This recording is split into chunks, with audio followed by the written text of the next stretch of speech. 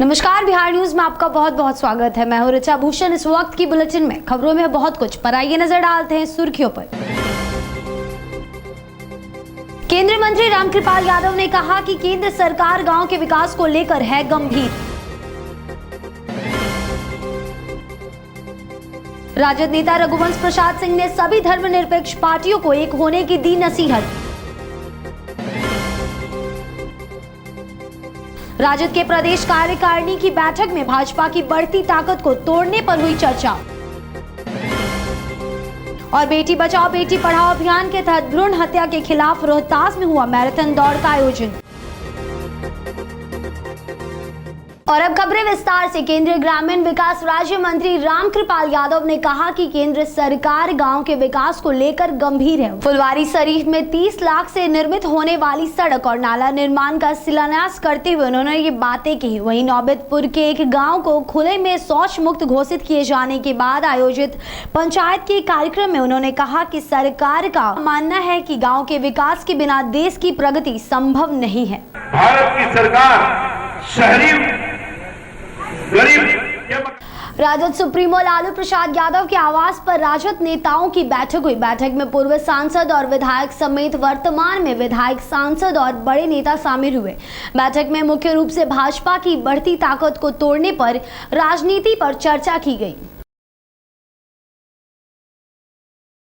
वहीं राजद नेता रघुवंश प्रसाद सिंह ने कहा है कि सभी धर्मनिरपेक्ष पार्टियों को एक होने की आवश्यकता है। वहीं उन्होंने अपने बेबाकी बयान पर कहा कि वह जनता की आवाज को हमेशा उठाते रहेंगे। हार से हम यही सबक लेते हैं कि देश भर में सेकुलर पार्टी एकजुट हो, नेशनल मूवमेंट खड़ा हो, नेशनल अल्टरनेटिव बने।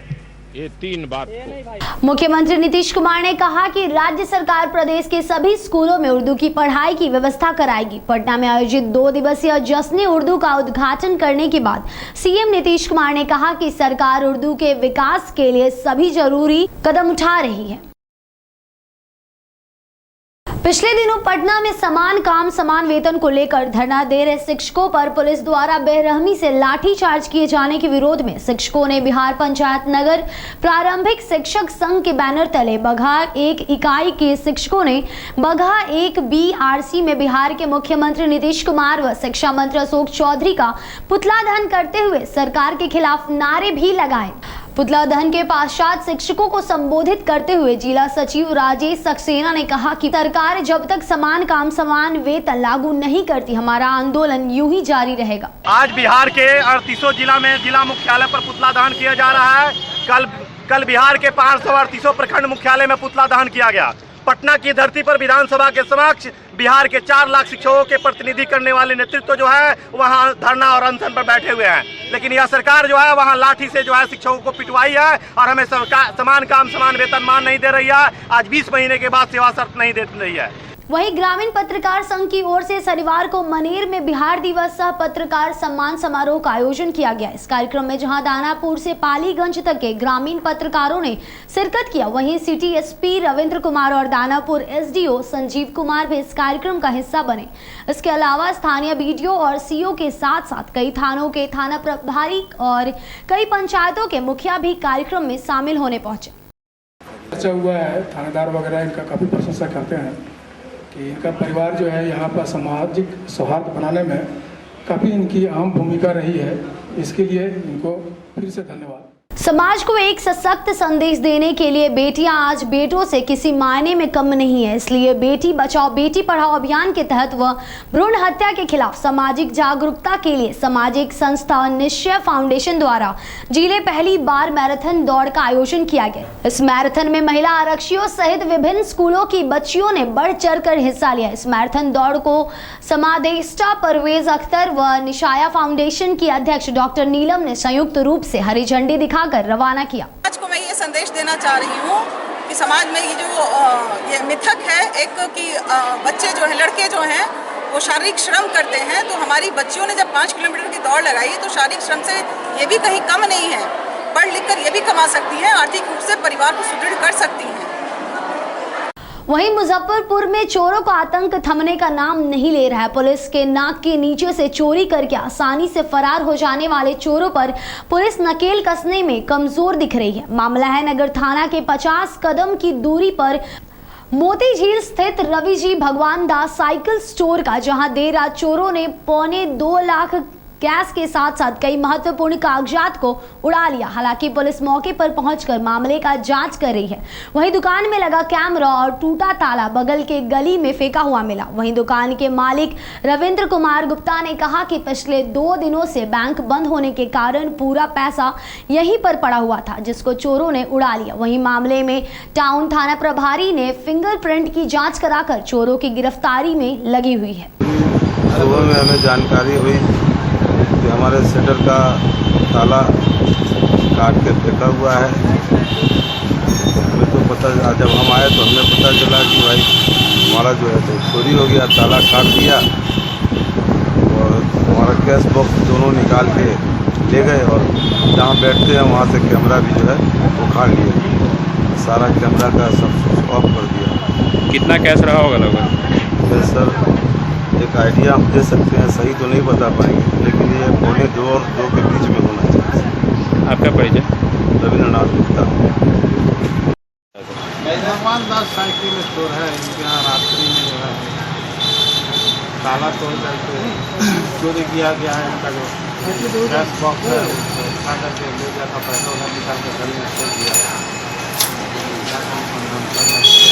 सर क्या यहाँ पर अभी कुछ CCTV फुटेज वगैरह कुछ जानकारी? इनका फुटेज तो पहले लाइट ऑफ कर दिया था, इनका कैमरा जो है निकाल करके वहाँ होल में घड़ी में रख दिया था। फुटेज पर अपराधी का फिंगरप्रिंट मिला है, उसके आधार पर हम अनुसंधान करेंगे। कटिहार के नगर भवन में राष्ट्रवादी कांग्रेस पार्टी का 1 दिवसीय कार्यकर्ता सम्मेलन का आयोजन किया गया, जिसमें मुख्य अतिथि के रूप में राष्ट्रवादी कांग्रेस पार्टी के महासचिव सह कटिहार सांसद तारिक अनवर मुख्य रूप से उपस्थित थे।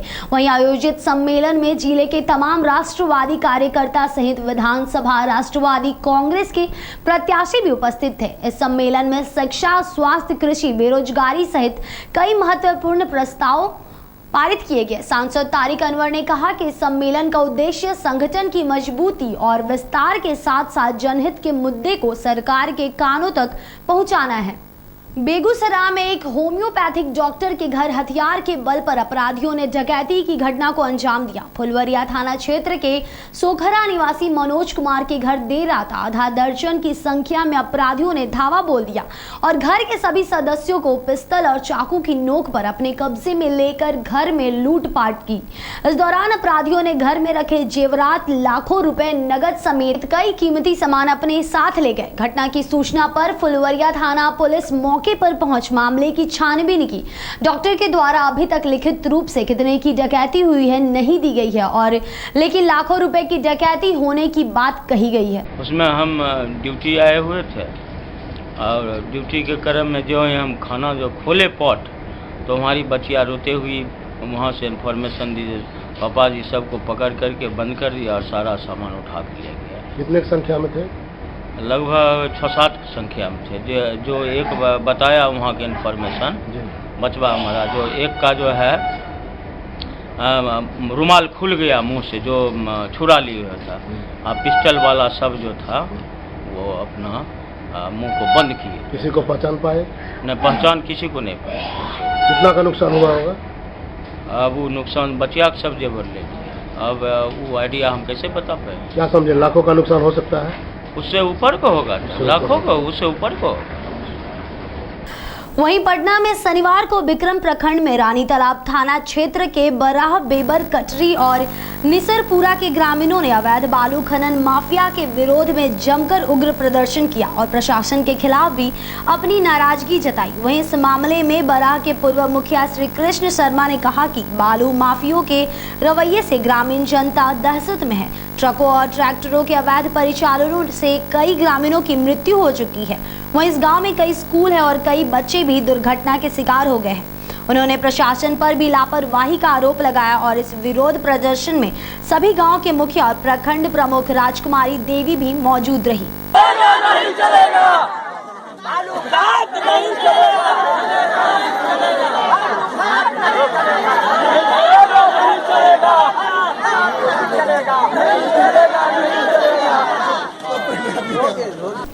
इस वक्त की बुलेटिन में बस इतना ही। हमें हमारे टीम को दे इजाजत। नमस्कार।